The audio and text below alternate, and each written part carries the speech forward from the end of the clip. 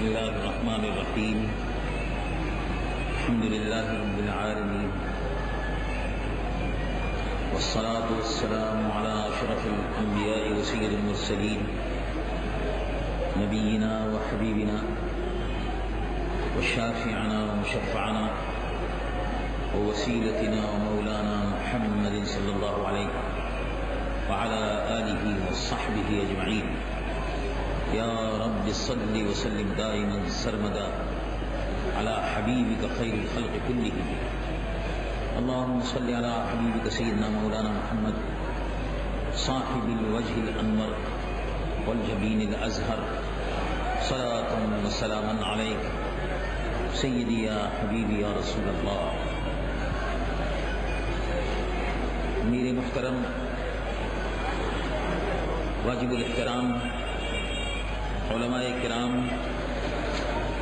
میرے محترم بھائیوں، محترم بزرگوں، محترم بہنوں، عزیز نوجوانوں اور پیارے پیارے بچوں، السلام علیکم ورحمۃ اللہ وبرکاتہ.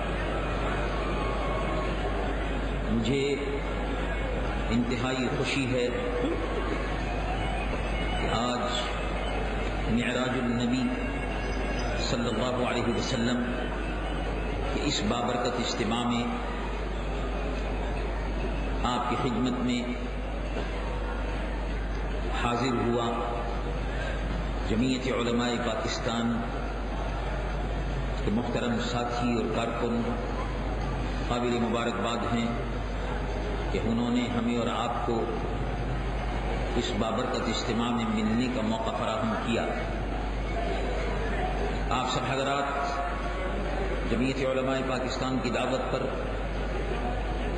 اس جلسے میں شرکت کے لیے تشریف لائے. میں دل کی گہرائیوں سے آپ کا خیر مقدم کرتا ہوں اور آپ کا تہہ دل سے شکر گزار بھی ہوں. اللہ تعالی آپ کو اس کی بہترین جزائے خیر عطا فرمائے. آج شب معراج کے سلسلے میں ہم اور آپ اس بابرکت اجتماع میں شرکت کے لیے تشریف لائے یہ جاننے کے لیے اور یہ سننے کے لیے کہ شب معراج کا پیغام کیا ہے اور حضور پرنور سید العالمین محمد رسول اللہ صلی اللہ تعالی علیہ وسلم اس بابرکت رات میں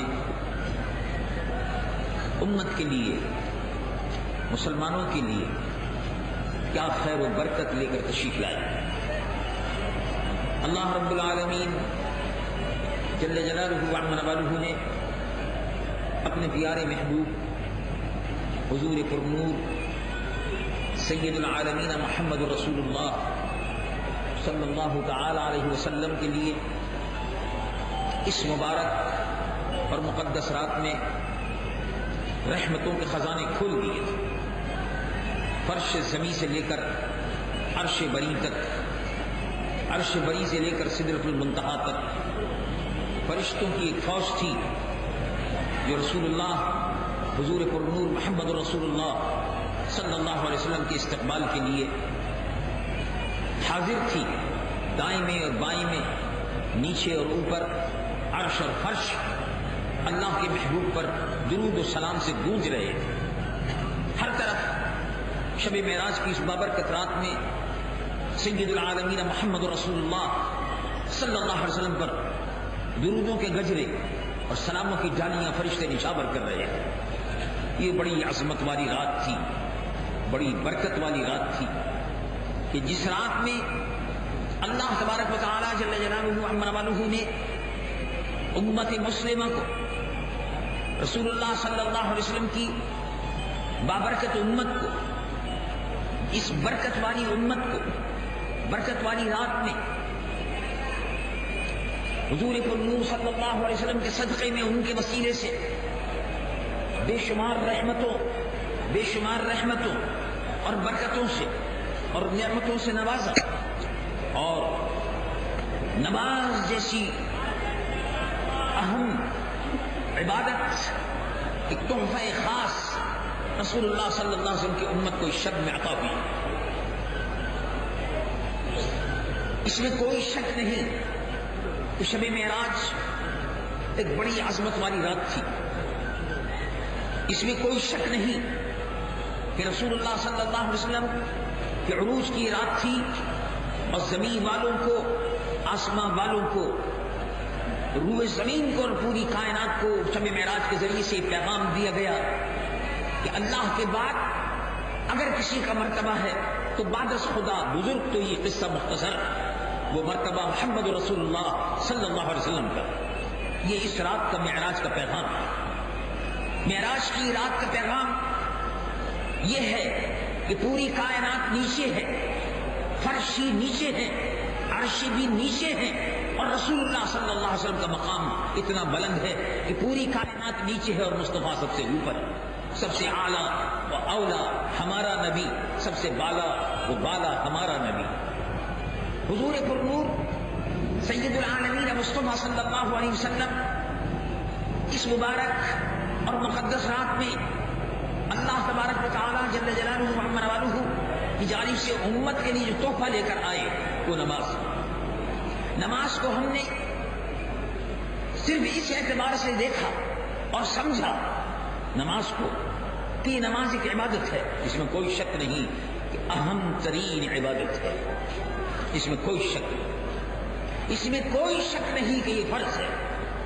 اس میں کوئی شک نہیں کہ اس کا پڑھنے والا مسلمان ہے. اس میں کوئی شک نہیں کہ نماز ایمان کی علامت ہے. اس میں کوئی شک نہیں کہ نماز پڑھنے والا اللہ کی رحمتوں کا مستحق ہوتا. اس میں کوئی شک نہیں کہ نماز میں سربسجود ہونے والا اللہ کی رحمتوں کا طلبگار بھی ہوتا ہے اور اللہ کی رحمتوں کا مستحق بھی ہوتا ہے. اس میں کوئی شک نہیں. اس میں کوئی شک نہیں کہ نماز دین کا ستون ہے. اس میں کوئی شک نہیں کہ اس کا ماننے والا مسلمان ہے اور اس کا منکر کافر ہے. اور اس میں سستی کرنے والا اللہ رب العالمین جل جلالہ کے نزدیک منافقین میں سے. لیکن اسی کے ساتھ ساتھ جہاں نماز عبادت ہے، جہاں نماز فرض ہے، وہاں اسی کے ساتھ ساتھ یہ تصور کیجئے کہ نماز میں پیغام کیا مل رہا ہے. نماز میں پیغام کیا مل رہا ہے یہ تصور کیجئے. شب معراج میں اللہ تبارک و تعالیٰ جل جلالہ نے اپنے محبوب کے ذریعے سے، نماز کے ذریعے سے یہ پیغام دیا کہ مسجد کی صف میں کھڑے ہونے والے جتنے بھی ہیں ان سب پر جن پر نماز فرض ہے، خواہ وہ امیر ہو خواہ وہ غریب ہو، جو بھی مسلمان ہے، جو بھی غلام مصطفیٰ ہے، اس کو نماز پڑھنی ہے. اور جو نماز پڑھتا ہے اس کو اس بات پر بھی ایمان رکھنا ہے کہ ایک ہی صف میں کھڑے ہو گئے، محمود و ایاز، نہ کوئی بندہ رہا نہ کوئی بندہ رہا. یہ مساوات کا پیغام دیتا ہے. نماز مساوات کا پیغام دیتی ہے. نماز مسجد میں جب نمازی کھڑا ہوتا ہے بادشاہ کی کوئی جگہ مقرر نہیں ہے. بادشاہ کی کوئی جگہ مقرر نہیں، صدر مملکت کی کوئی جگہ مقرر نہیں ہے، وزیر اعظم کی کوئی جگہ مقرر نہیں ہے، وزیر کی کوئی جگہ مقرر نہیں ہے. نمازی مسجد میں جب آتا ہے، بندہ و صاحب و محتاج و غنی ایک ہوئے، تیرے دربار میں پہنچے تو سبھی ایک ہوئے. سب ایک ہیں، سب ایک ہے. مسجد میں سب نیک ہے. پوری مکمل مساوات کا ظہور، مکمل مساوات کا نمونہ، عملی نمونہ اگر دیکھنا ہو اسلام کی تعلیم میں دیکھو کہ جس میں امیر و غریب کا، شاہ و گدا کا، رئیس و فقیر کا کوئی امتیاز باقی نہیں رہتا. کوئی وی آئی پی مسجد میں نہیں. مسجد میں وی آئی پی نہیں. مسجد میں کوئی وی آئی پی کلچر نہیں ہے. مسجد میں وی آئی پی کوئی نہیں ہے. مسجد میں اللہ تبارک و تعالیٰ کے بندے اس کی بندگی کے شان کے اعتبار سے کھڑے ہوئے ہیں، اس کے بندگی کا مظاہرہ کرنے کے لیے کھڑے ہوئے ہیں، جو صرف اللہ کے حضور میں جھک رہے ہیں. نماز میں مساوات ہے، مسجد میں مساوات ہے. کیا اسلام صرف، اب سوال یہ پیدا ہوتا ہے، کیا اسلام صرف مسجد میں مساوات کی تعلیم دینے کے لیے آیا؟ نہیں، جواب یہ ہے کہ نہیں۔ اگر مسجد میں اسلام نے مساوات کو قائم کیا تو مسجد کے باہر بھی اسلام مساوات چاہتا ہے۔ اگر مسجد میں اسلام نے مساوات کو قائم کیا تو مسجد کے باہر بھی، بازاروں میں بھی، سیکریٹریٹ میں بھی، ایوان صدر میں بھی اور ایوان وزیر اعظم بھی وہ مسلمانوں کے درمیان میں مساوات چاہتا ہے کہ کسی امیر اور غریب کو کوئی امتیاز نہ ہو۔ اللہ کے نزدیک صرف وہی شخص عزت والا ہے۔ تم نے اللہ کے نزدیک عزت والا صرف وہ ہے جو جتنا خدا سے زیادہ ڈرنے والا ہے۔ یہی مضمون قرآن میں بیان فرمایا، اور اللہ رب العالمین ارشاد فرماتا ہے مساوات دیکھیے جو اسلام نے قائم کی، وہ مساوات کیا ہے؟ جو مساوات اسلام نے قائم کی، مسجد سے نکلی تو مسجد کے باہر جب آتی ہے تو وہاں اللہ رب العالمین حکم فرماتا ہے کہ اے محبوب ایمان والوں کو سنا دیجئے، ان اکرمکم عند اللہ اتقاکم، تم میں سب سے زیادہ عزت والا وہ ہے، تم میں سب سے زیادہ مرتبے والا وہ ہے جو دولت مند ہو نہیں، جو دولت مند ہو نہیں، جو شرافت اور نجابت میں نسل بعد نسل اپنی نسلی برتری رکھتا ہو وہ زیادہ عزت والا ہے نہیں، تم میں سب سے زیادہ عزت والا سردار ہے نہیں۔ اسلام میں یہ کلاس اور یہ طبقات، یہ کیٹیگری بالکل نہیں ہے۔ اللہ رب العالمین قرآن میں فیصلہ فرماتا ہے قیامت تک کے لیے کہ تم میں سب سے زیادہ عزت والا جو ہے وہ ہے جو سب سے زیادہ اللہ سے ڈرتا ہے، جس کو ہم اپنی زبان میں کہتے ہیں کہ خوف خدا رکھنے والا، خوف خدا رکھنے والا، وہی اللہ کے یہاں سب سے زیادہ عزت والا ہے۔ ہم نے اسلام کے چاہنے والوں نے شب معراج سے یہ سبق نہیں لیا کہ حضور پرنور سید العالمین محمد رسول اللہ صلی اللہ علیہ وسلم کی امت، اس میں اللہ تبارک و تعالی نے مساوات کو قائم کر دیا، برابری کو، اور یہ بیان فرما دیا کہ کسی قسم کا کالے میں گورے میں لا فضل لعربی علی عجمی۔ رسول اللہ صلی اللہ علیہ وسلم نے حجۃ الوداع میں خطبہ دیتے ہوئے آخری حج جو حضور نے فرمایا، اس آخری حج میں پورا منشور، اسلام کا پورا منشور، رسول اللہ کی امت کے لیے پورا مینیفیسٹو منشور موجود ہے، جس میں رسول اللہ صلی اللہ علیہ وسلم نے ارشاد فرمایا لا فضل لعربی علی عجمی، عربی کو عجمی پر کوئی فضیلت نہیں، لا فضل لاحمر علی اسود، کسی کالے کو گورے پر فضیلت نہیں اور گورے کو کالے پر فضیلت نہیں۔ اگر کسی کو فضیلت ہے الا بالتقوی، تو جو جتنا اللہ سے ڈرتا ہے وہ اتنا ہی اللہ سے قریب ہے، وہ اتنا ہی عزت والا ہے، وہ اتنا ہی شرافت والا ہے۔ اسلام نے اس مساوات کو خطبہ حجۃ الوداع میں بیان فرما دیا کہ کسی عربی کو عجمی پر کوئی فضیلت نہیں، رنگ کی وجہ سے، نسل کی وجہ سے، زبان کی وجہ سے، زبان کی وجہ سے، نسل کی وجہ سے، قبیلے کی وجہ سے، برادری کی وجہ سے، علاقے کی وجہ سے کسی کو کسی پر کوئی فضیلت نہیں، سب مسلمان، انما المؤمنون اخوہ، ایمان والے مسلمان، رسول اللہ کی امت، یہ سب ایک دوسرے کے بھائی ہیں، سب ایک دوسرے کے بھائی ہیں۔ دیکھو کتنا پیارا رشتہ ہے، کتنی پیاری مساوات ہے، برابری کا کتنا عظیم تصور ہے، مساوات کا کتنا بڑا تصور ہے۔ مسجد میں جو مساوات قائم کی، بازاروں میں بھی، کوچے میں بھی، ارباب حکومت میں بھی، ایوان صدر میں بھی، ایوان وزیر اعظم میں بھی، ہر جگہ اسی اصول کو نافذ ہونا چاہیے تھا کہ ہم سب مسلمان ایک دوسرے کے بھائی ہیں، کسی کو کسی پر فضیلت اور برتری حاصل نہیں ہے، اب سب کے حقوق برابر ہیں، سب کے حقوق برابر ہیں۔ ہم نے یہ تصور مٹا دیا، لوگوں کے حقوق کو غصب کرنا شروع کر دیا۔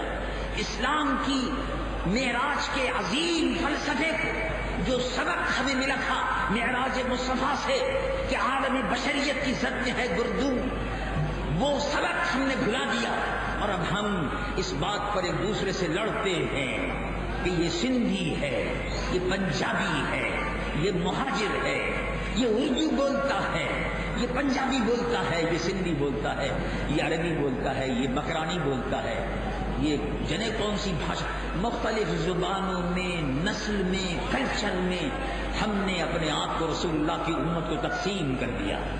اور نسلی برتری یہ اصل میں چند لوگوں کی سازش تھی، چند سرمایہ داروں کی، بڑے بڑے سرمایہ دار اور بڑے بڑے جاگیردار، وہ اپنے اقتدار کے لیے انہوں نے مسلمانوں کو تقسیم کیا، اپنے ذاتی انا کے لیے، ذاتی انا کے لیے، ذاتی اقتدار کے لیے مسلمانوں کو طبقات میں، ٹکڑیوں میں تقسیم کیا۔ امیر اور غریب کی تقسیم، اللہ نے اس کو تقسیم نہیں مانا، رسول اللہ نے یہ تقسیم نہیں فرمائی۔ رسول اللہ صلی اللہ علیہ وسلم نے مکے کے ابو جہل کو جو بڑا سردار تھا، ابو لہب کو جو بڑا سردار تھا، عتبہ شیبہ ولید کو جو بڑے بڑے سردار تھے، ان سرداروں کو دھتکار دیا اور غلام خادم بلال حبشی کو اپنے سینے سے لگا لیا۔ بلال حبشی کو سینے سے لگانے والے، صہیب رومی کو سینے سے لگانے والے، صہیب رومی کو سینے سے لگانے والے، سلمان فارسی کو سینے سے لگانے والے محمد رسول اللہ صلی اللہ علیہ وسلم نے مساوات کا درس دیا کہ دیکھو سلمان فارسی ایران کا رہنے والا عجمی ہے لیکن رسول اللہ کے سینے سے چپکا ہوا، دیکھو بلال حبشی اگرچہ عجمی ہے، عجمی وہ ہے جس کی زبان عربی نہ ہو، دیکھو بلال حبشی اگرچہ حبشی ہے، عربی نہیں ہے، لیکن رسول اللہ کے قدموں سے وابستہ۔ صہیب رومی اگرچہ روم سے ہے، عجمی ہے، عرب نہیں ہے، لیکن رسول اللہ کے سینے سے چمٹے ہوئے ہیں، دامن رسول میں پناہ لیے ہوئے ہیں۔ یہ رسول اللہ نے مساوات کا عظیم درس دیا۔ افسوس یہ ہے کہ جب ہم پاکستان کو دیکھتے ہیں تو پاکستان میں اس وقت نسلی بنیادوں پر، لسانی بنیادوں پر، علاقائی بنیادوں پر کہیں نسلی تفریق ہے، کہیں علاقائی تفریق ہے، اور کہیں زبان کی بنیاد پر تفریق ہے۔ لیکن میرے عزیز ہم وطن، اللہ تبارک و تعالی جل جلالہ والہ نے آپ کو خیر امت کے لقب سے سرفراز فرمایا، آپ بہترین امت ہو، آپ کو اللہ تبارک و تعالی نے فیصلے کا بھی حق دیا ہے، آپ کو اللہ تبارک و تعالی نے وہ مرتبہ عطا کیا ہے کہ خیر امت کے بہترین امت کا لقب عطا کر کے رسول اللہ کے غلامی کا شرف آپ کو ملا، بہترین امت کا لقب ملا۔ یہ لقب دینے کے بعد اللہ تبارک و تعالی جل جلالہ نے آپ پر بہت بڑی ذمہ داریاں ڈال دی ہیں۔ پاکستان کے حالات کو جب ہم اور آپ دیکھتے ہیں تو پاکستان کا نقشہ اکثر بدلا ہوا ہے، چند خاندان ہیں، پاکستان کا نقشہ بدل گیا۔ پاکستان ہم نے اس لیے حاصل نہیں کیا تھا کہ چند وڈیرے بڑے بڑے زمیندار، انگریز کے چھوڑے ہوئے جاگیردار اس ملک کی زمینوں پر قبضہ کر لیں اور ہاری کسان مزدور بلک بلک کر مر جائے اور زمیندار اپنے عیش اور عشرت کے محلات تعمیر کرتا رہے۔ پاکستان اس لیے نہیں بنا، پاکستان اس لیے نہیں بنایا تھا کہ چند بڑے بڑے وڈیرے قوم کی اور ملک کی دولت کو لوٹ کر سرمایہ کو یہاں سے لوٹ کر، رشوتوں کو لے کر، غریبوں اور مسکینوں کا خون چوس کر، غریب عوام پر ٹیکسوں کا بوجھ ڈال کر، رشوتیں لے کر بیرون ملک سرمایہ کو منتقل کر کے انگلستان میں اور فرانس میں اپنے محلات تعمیر کریں اور اپنے لیے بڑے بڑے زرعی فارم خریدیں، زرعی زمینیں خریدیں۔ پاکستان اس لیے نہیں بنا تھا، پاکستان اس لیے نہیں بنا تھا کہ چند مٹھی بھر صنعت کار مزدوروں کے حقوق کے غاصب بن جائے، مزدوروں کو ان کا حق نہ دیں۔ آج کوئی لیبر پالیسی نہیں ہے۔ 3 برس پہلے جو پارٹی اس ملک میں برسر اقتدار آئی، اس پارٹی نے جو پیپلز پارٹی کے نام سے کام کر رہی تھی، مزدوروں کے حقوق کی چیمپئن تھی، غریبوں کے حقوق کے سب سے بڑے دعوے دار وہی تھے، اور انہوں نے یہ کہا تھا کہ ہم مزدوروں کو ان کا حق دیں گے، غریبوں کو ان کا حق دیں گے، اور پاکستان کے شہروں کو پیرس کا نمونہ بنا دیں گے۔ پاکستان کا کون سا شہر ہے؟ ہر شہر کو آپ دیکھیں تو موہنجو دڑو کا نمونہ پیش کر رہا ہے، کھنڈرات ہیں۔ انہوں نے اپنے محلات لندن میں تعمیر کر لیے اور پاکستان کے شہروں کو ویران کر دیا۔ یہ ہے پچھلی حکومتوں کا نقشہ۔ ماضی میں ان حکومتوں نے غریب عوام سے ان کا لقمہ چھینا، بجلی پر ٹیکس اس لیے بڑھائے کہ وہ سمجھتے ہیں کہ غریب عوام کو، لوگوں کو بجلی جلانے کا حق نہیں ہے، ان کو چاہیے کہ یہ 1 صدی پہلے واپس جائیں اور چراغ جلا کر اپنا کام کریں۔ ایئر کنڈیشن، بجلی کے پنکھے اور بجلی کے اخراجات صرف بڑے لوگ دے سکتے ہیں، اس لیے ٹیکس لگا دیے تاکہ لوگ باغ ان ٹیکسوں کے نیچے دب جائیں اور بجلی اور آرام تھوڑا بہت بھی جو گرمی کے زمانے میں پنکھوں کے ذریعے سے ملتا ہے اس سے بھی وہ محروم رہیں۔ یہ ایک سازش ہے۔ آپ نے دیکھا کہ اسکول کی فیسیں، بچوں کی فیسیں، اس کے ساتھ ساتھ کھانے اور پینے کی ضروریات زندگی کی چیزیں، پیٹرول، ٹرانسپورٹ، یہ سب اتنا مہنگا کر دیا گیا کہ اب غریب کی دسترس سے، متوسط درجے کی دسترس سے باہر ہے۔ اب اس ملک میں وہ چاہتے تھے کہ اس ملک میں صرف اگر جینے کا حق ہو تو امیروں کو صرف جینے کا حق ہو، غریب کو جینے کا کیا سانس لینے کا بھی حق نہ ہو۔ یہ اس طرح سے ان لوگوں نے حکومت کی۔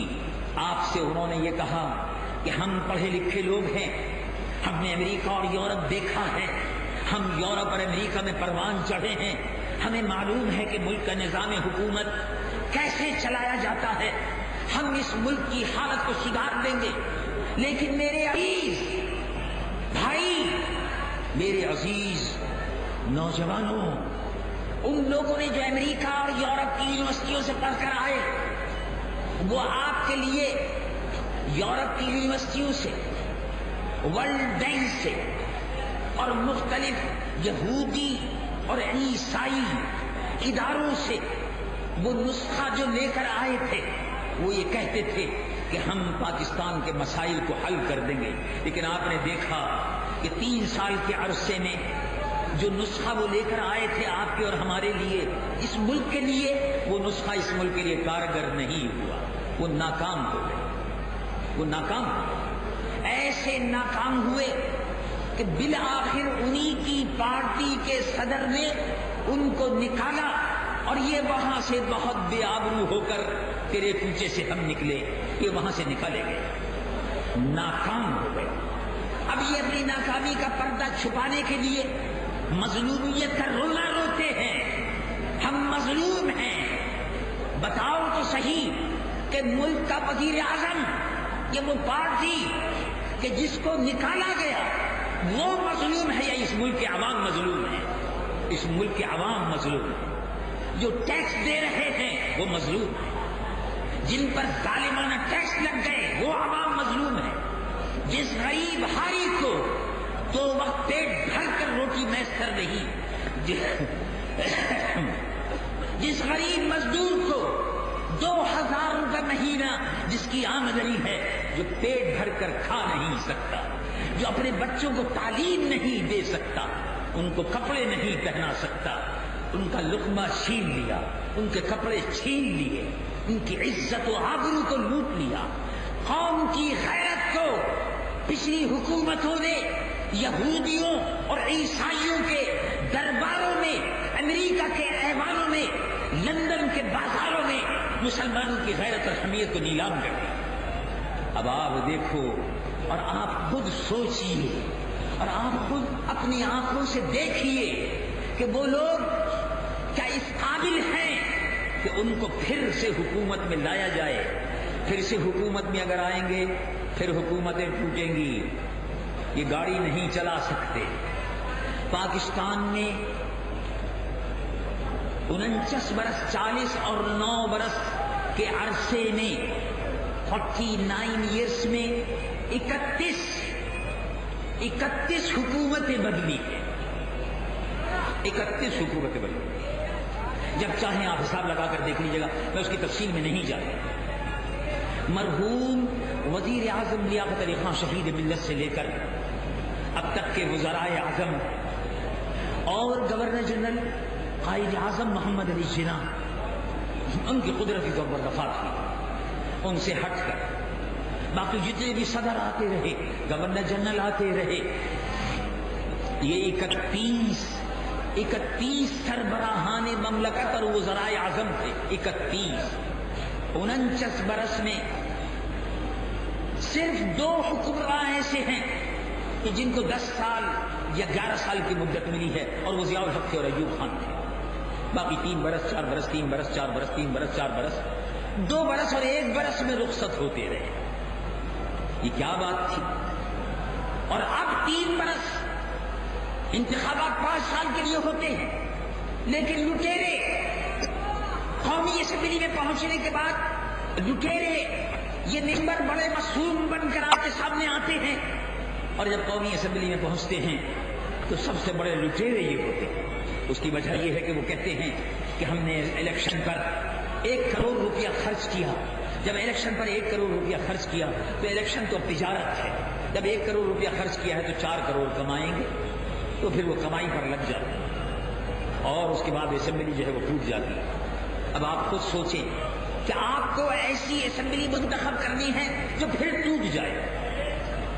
ظاہر ہے اگر لٹیرے، بدکار اور شرابی اور زانی اور بے نمازی اسمبلی کے اندر خدا کا خوف نہ رکھنے والے لوگ اگر گئے تو پھر یہ اسمبلی ٹوٹے گی اور ٹوٹتی رہے گی، خدا کا عذاب آئے گا اور ٹوٹتی رہے گی۔ لیکن اگر آپ نے ایسے لوگوں کو منتخب کیا جن کا ذکر دستور میں موجود ہے، دستور میں موجود ہے، پاکستان دستور میں موجود ہے کہ قومی اسمبلی کے ممبر وہ ہو سکتا ہے جو نمازی خوف خدا جس کا۔ کیا کبھی کسی ووٹر نے اس بات سوچا کہ یہ میرا حق ہے کہ میں نیک اور صالح اور دیندار آدمی کو ووٹ دوں جس میں لکھا ہوا ہے کہ خوف خدا اور عشق رسول صلی اللہ علیہ وسلم رکھنے والے شخص کو ووٹ دو؟ دستور میں یہ ہدایت آپ کو دی گئی ہے۔ اس شخص کو ووٹ دو جو شرابی نہ ہو، یہ لکھا ہوا ہے، شرابی کو مت دو۔ قرآن بھی یہی کہتا ہے، رسول اللہ کی حدیث بھی یہی کہتی ہے، اور ہم کھلم کھلا اللہ کے رسول کی نافرمانی کر کے ووٹ دیتے ہیں، اور اس کا نتیجہ یہ ہے کہ اسمبلی 2 سال 3 سال سے زیادہ نہیں چل پاتی۔ پہلی اسمبلی سن 1988 میں جو اسمبلی آئی تھی، سن 85 میں جو اسمبلی آئی تھی، 86 میں وہ 3 برس پورے نہیں کر پائی۔ اس کے بعد 88 میں کی وہ 1 مہینہ 1 سال 10 دن پورے نہیں کر پائی، اور اس کے بعد جو آئی ہے وہ آپ کے سامنے ہے تازہ بتازہ 9 بہ 9، کیونکہ ہم بے ایمان اور بے کردار لوگوں کو اسمبلیوں میں بھیجتے ہیں۔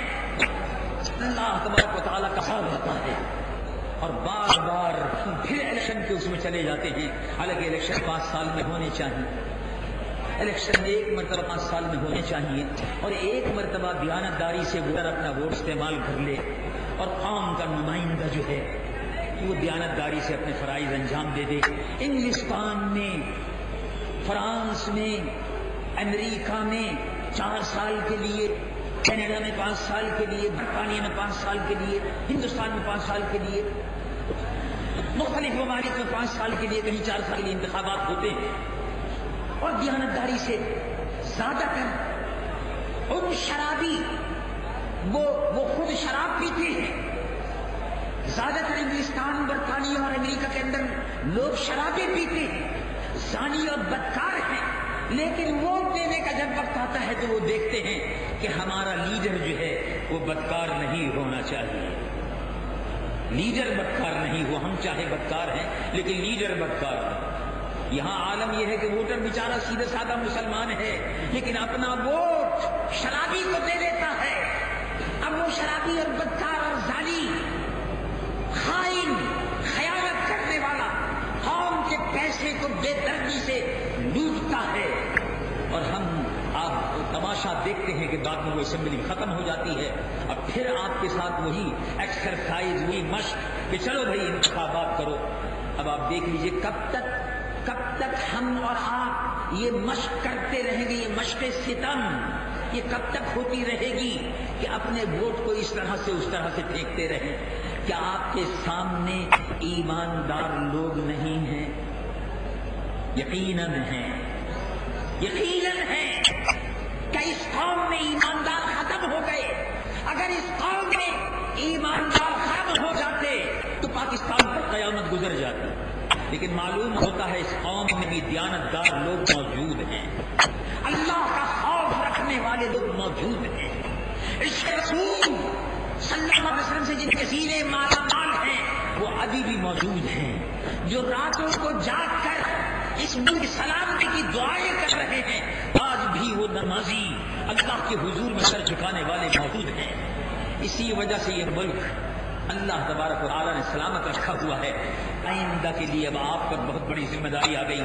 قومی اسمبلی کے بدکردار اور چوروں اور لٹیروں سے آپ کو نجات مل گئی، لیکن اب آپ کو یہ سوچنا ہے کہ اب آپ کن کو اپنے سر پر بٹھانا چاہتے ہیں، یہ اب آپ کی ذمہ داری ہے۔ احتساب ایک وہ ہے کہ احتساب کا قانون آیا ہے، تو شکنجے میں اب جا رہے ہیں لوگ، وہ لوگ جو کسی وقت غریبوں اور حقیروں کی ضمانتیں نہیں ہونے دیتے تھے، بے سہارا لوگوں کو گرفتار کر لیتے تھے، ان ضمانتیں نہیں ہونے دیتے تھے، آج وہی لوگ اب اپنی ضمانتیں کراتے پھر رہے ہیں۔ یہ عبرت ہے، یہ عبرت ہے، اس سے سبق حاصل کرو اور آئندہ کے لیے سوچو میرے عزیز، کس طرح کی دیانت اور امانت والی قیادت لانی ہے۔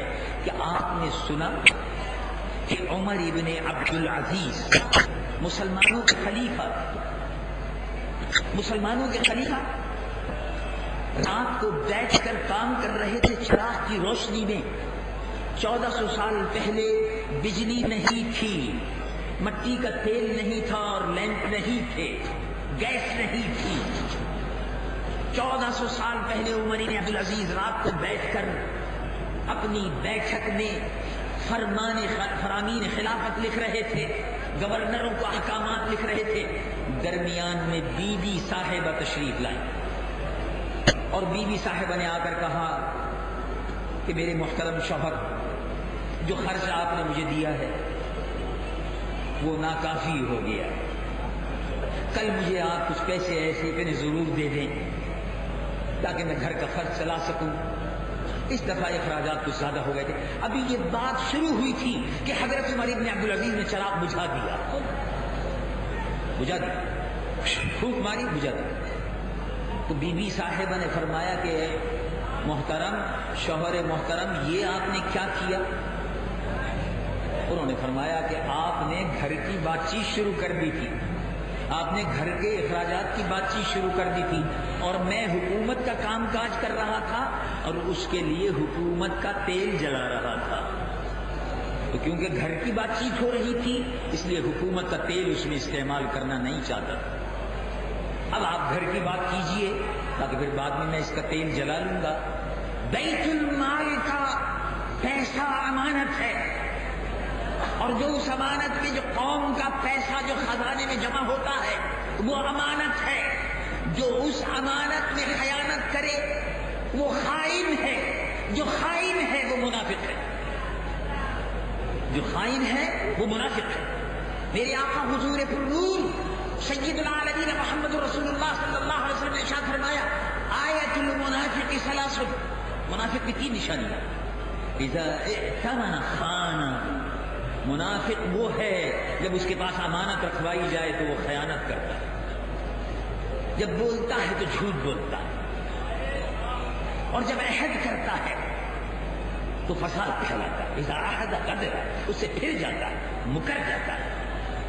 منافق جب منافق قیادت قومی اسمبلی میں بیٹھے گی, قومی خزانے کو لوٹیں گے, اپنے محلات لندن اور پیرس میں بنوائیں گے, تو اس قوم کے لیے کیا بچے گا؟ اب اس قوم کے لیے کیا بچے گا؟ میں نے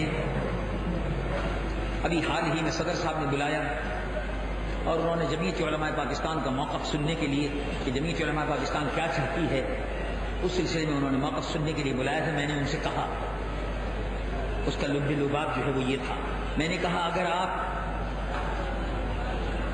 کو ایک مثال دیتا ہوں اور وہ یہ ہے کہ یزید کے زمانے میں یزید کے کارندے ٹیکس جمع کرنے کے لیے جاتے تھے لیکن ٹیکس نہیں ملتا تھا. لوگ بائیکاٹ کر دیتے, ٹیکس دینے سے انکار کر دیتے. یزید کے کارندے مارے مارے پھرتے تھے اور لوگ ٹیکس نہیں دیتے تھے. تو میں نے کہا صدر صاحب یزید کے بعد وقت آیا, دور آیا عمر ابن عبدالعزیز رضی اللہ عنہ کا. وہ عمر ابن عبدالعزیز جو چراغ بھی قومی خزانے کا چراغ جو جل رہا تھا, تیل بھی ضائع نہیں ہونے دیتا تھا. جب اس عمر ابن عبدالعزیز کا زمانہ آیا تو لوگ سرکاری دفتر میں پہنچ کر ٹیکس جمع کرانے کے لیے پہنچ جاتے تھے.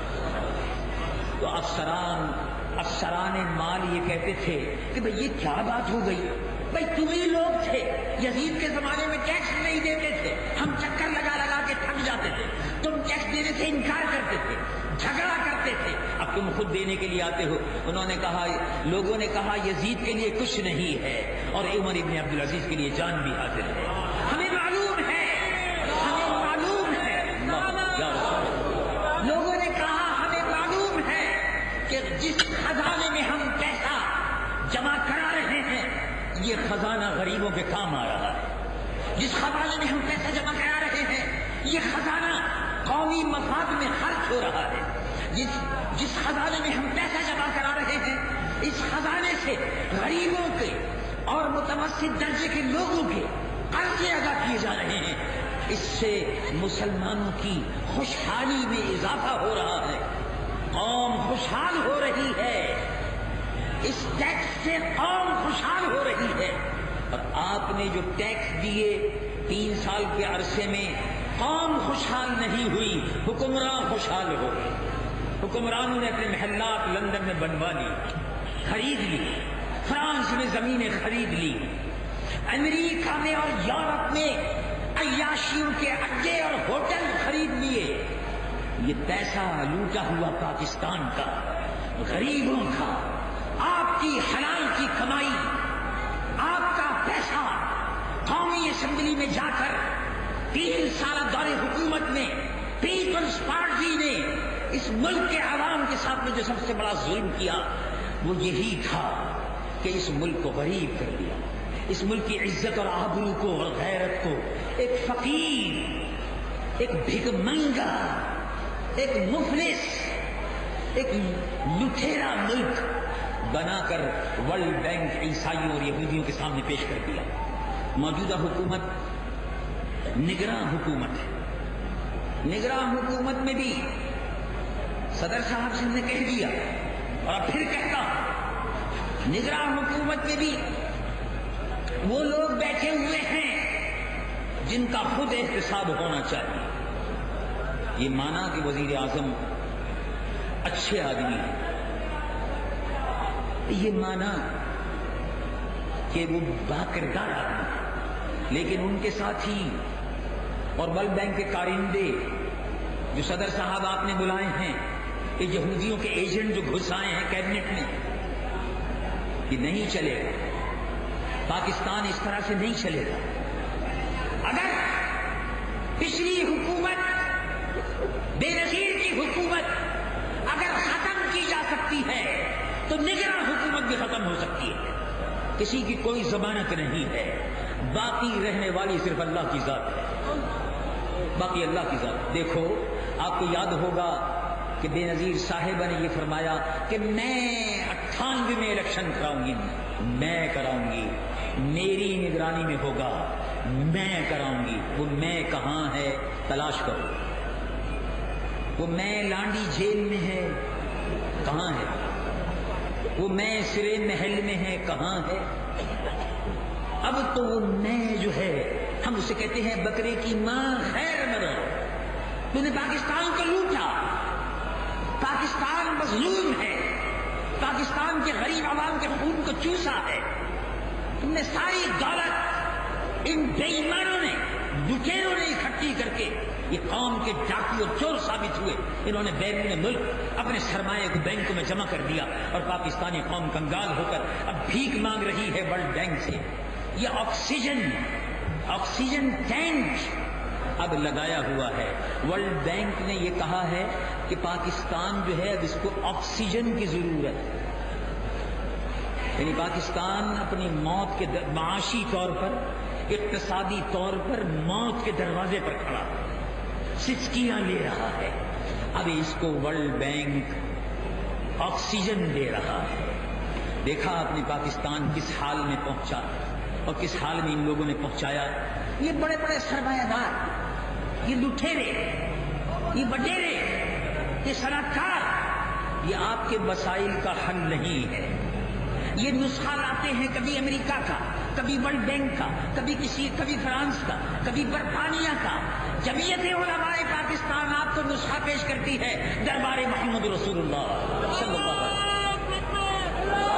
نظام مصطفیٰ، جمعیت علماء پاکستان کا نسخہ ہے نظام مصطفیٰ کا، کملی والے کا نسخہ شفا۔ اب آپ خود سوچ لو، اچھی طرح فیصلہ کر لو میرے عزیز۔ اگر یہ اسمبلی پھر وہی لٹیرے آئے تو پھر ٹوٹے گی۔ اگر چاہتے ہو تو دیانتدار، باکردار، برادری سے بے نیاز ہو کر، قبیلے سے بے نیاز ہو کر، لسانیت سے بے نیاز ہو کر، یہ سمجھ کر کہ اسلام تمہارے حقوق کا سب سے بڑا محافظ ہے۔ کیا ایک مسلمان کی حیثیت سے ہمارا یہ ایمان ہے یا نہیں ہے کہ اگر مجھ کو کچھ مل سکتا ہے، اگر مجھ کو میرا حق مل سکتا ہے تو حق دینے والوں میں سب سے بہتر حق دینے والا مصطفیٰ صلی اللہ علیہ وسلم، رسول اللہ سے بہتر،